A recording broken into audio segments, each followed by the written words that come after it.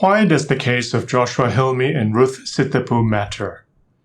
Everything we say here is based on information gathered during the public inquiry by Suhakam, the Human Rights Commission of Malaysia, into the disappearance of pastors Joshua Hilmy and Ruth Sitepu.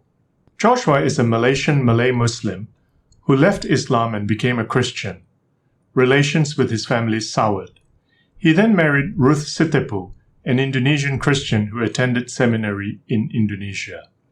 Pastors Joshua and Ruth had a reputation for helping people in need. They didn't have regular jobs. They lived on faith, on gifts people gave them. They understood baptism is a Christian conversion rite. They conducted baptisms. Joshua received emails carrying Malaysia's insignia. He believed they were from a government minister. He treated the emails as threats. Now we move on to DCP Awaluddin Jadid, a senior police officer. He was head of the Special Branch Social and Religious Extremism Division. When he retired, his rank was one level below that of the Deputy Inspector General of Police. Curiously, the abduction started soon after he delivered a speech on the 6th of November 2016. He claimed that Shiites, Malay pastors, and Christian workers are threats to Islam.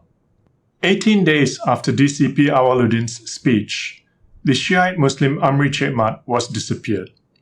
6 days after Amri was disappeared, the Malay pastors Joshua Hilmy and Ruth Sitepu disappeared. 73 days after this couple disappeared, Pastor Raymond Koh, a Christian worker, was disappeared. 3 months passed before one of the couple's friends reported their disappearance to the police.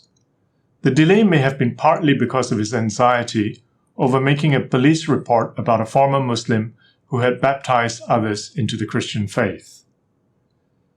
This is a fundamental principle which all of us understand.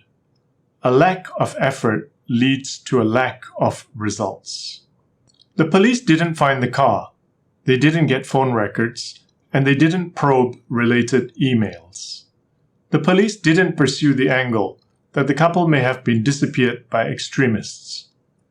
Some witnesses asked Suhakam to keep their identities secret. Perhaps they feared they might be the next victims.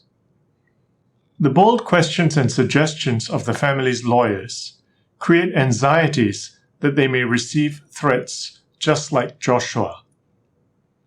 This case forces us to think about the rights of minorities, the rule of law, the abuse or neglect of police powers. The family hopes Suhakam will conclude that a lack of effort did in fact lead to a lack of results. We believe everyone agrees with this statement.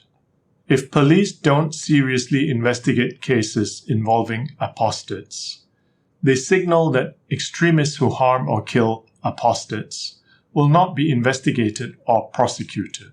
We note that the Federal Constitution of Malaysia, in Article 11, guarantees to every person the right to profess and practice his or her religion, and, subject to Clause 4, to propagate it. Clause 4 allows the enactment of laws to control or restrict the propagation of any religious doctrine or belief among persons professing the religion of Islam. This case raises the question of how Malaysia handles cases of Muslims who choose to leave Islam, especially those who become Christian workers. This case raises the question of what should be done next in the case of the disappearance of Joshua Hilmy and Ruth Sitepu. We hope we've helped you understand the importance of this case. Thank you for your attention.